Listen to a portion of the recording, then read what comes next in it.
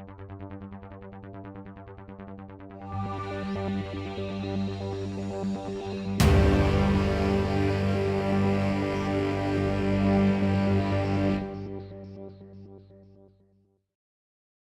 everyone, I'm Babs Hogan and welcome to Cheese Hangouts. Before we start the interview, I'd like to talk to you a little bit about Dr. Kate Rheaume-Bleue. She is a physician in Ontario, Canada. She's also the author of this wonderful book that I hope you will enjoy. I think this interview is going to be very interesting and informative, and I hope you enjoy it. I'm really excited about having Dr. Kate in today, and I want to start with one question related to the supplementation of calcium and vitamin D. For many years we were told to supplement our diet with those two, and now it seems they've changed their mind, and it just strikes me as kind of interesting because, you know, it's kind of complicated. So in your book you wrote, vitamin K2 is the key to putting calcium back in its place to remedy this problem. So what's going on? Well, you know, you're right. We've been told to take so much calcium, and actually calcium is not that difficult to get into our diets, quite easy.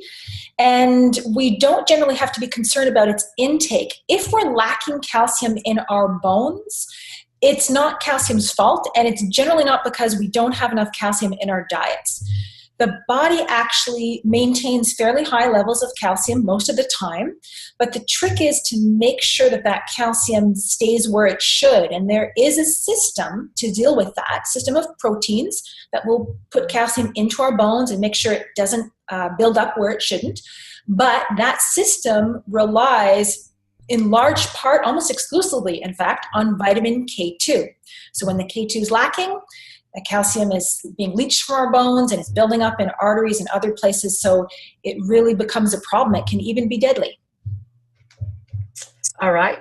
So now let's go to question 2. I'm personally concerned about the health of our children, usually in the areas of obesity and diabetes. I actually wrote a book about children's health and talking about preventing childhood obesity.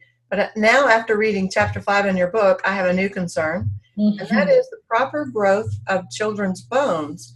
And you write, up to 90% of maximum lifetime bone strength and density is acquired by age 18 in girls and age 20 in boys. And since most of us are deficient in vitamin K2, I assume that children are too. So how big of a problem is this? It is a big problem. I was really surprised the amount of research that I came across about children and vitamin K2, because normally kids, they're one of the last groups to be studied for almost any health condition. But given the big role that this plays in skeletal health and the growth of the bones, there was actually, there was quite a bit of research, quite a few studies. And you're right that it's true. We gain our lifetime maximum bone density by age roughly 18 or 20. And in fact, studies have shown that yes, vitamin K2 deficiency, like we've heard with vitamin D, K2 deficiency is widespread, but there are certain populations, and in fact, adolescents are one of the highest risk groups and have the highest levels of K2 deficiency. Once the hormones kick in around puberty, the skeleton starts to grow very quickly, and that requires lots of vitamin K2 to keep the bones growing. And if that's lacking, then we can miss out on important chances to build that bone density. So that can really make a difference in those periods. As well, studies have shown school-age kids age 6 to 11 benefit from even just a little bit of vitamin K2. You know, the amount that you might get in a piece or two of high K2 cheese, for example, can make a difference in bone health and appropriate bone growth. Well, what about supplements for children? Do you recommend that? I do recommend supplements for kids if they're not eating the few cheeses that we know of as being really high, or some of the foods that we know of being high in K2. Then I do recommend, because of this research around the bone health, and it's such an important basic thing. And you know, we know kids need vitamin D, and K and D absolutely work together. Mm-hmm. Okay, now let's talk a little bit about cheese. You mentioned 3 cheeses that are very high in vitamin K2 in your book: Dutch Gouda, French style Brie, and cheddar. And one of the things I found really interesting is that you say that the bacterial fermentation augments the K2 content in cheese. Mm. How does that work? Well, as you know, fermentation, bacterial fermentation of any food, and milk in particular, it's almost like alchemy. You are taking a food and radically transforming it. And depending on the bacteria doing the work, you can create very different products. Mm-hmm. And some bacteria, not all, but certain ones, in their fermentation of the milk, happen to produce vitamin K2, just as a side benefit of what they're doing.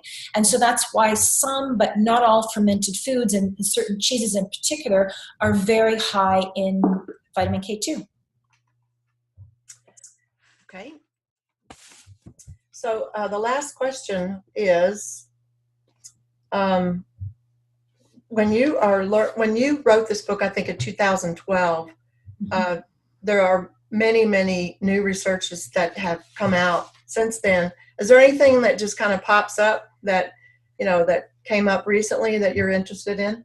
Well, K2 research is in its early days, and I'm happy to see more studies supporting the things that I wrote about in the book and providing more evidence for some of those health benefits. Fortunately, nothing has particularly contradicted what I wrote there, but also, there's new research on new avenues and areas where we see benefits, like kidney health. I touched a little bit on that, but as well, very recently, I've been contacted by a number of people who have benefits with psoriasis, which is something I hadn't written about. Mm-hmm. And those are the big ones, probably areas where we see even more or greater benefits than we thought. Well, in your book, you list several conditions that are associated with the deficiency of K2, and it's on, I think, page 20, and I've already done some promos about that.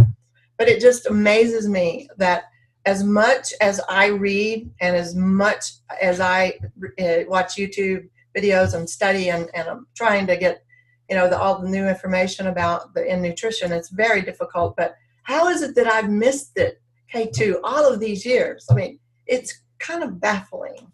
I thought so too. I was amazed when I first came across this research and how much there was about cancer and children's health, heart health, bone health. And I thought, how come nobody's talking about this? And I was convinced somebody eventually would start, and nobody did. And so that's why I wrote the book. But even then, it's been out for a few years now, and it's still not, your audiences will be still amongst the first to hear about this. Well, good deal. I want to just close with one comment about two actually.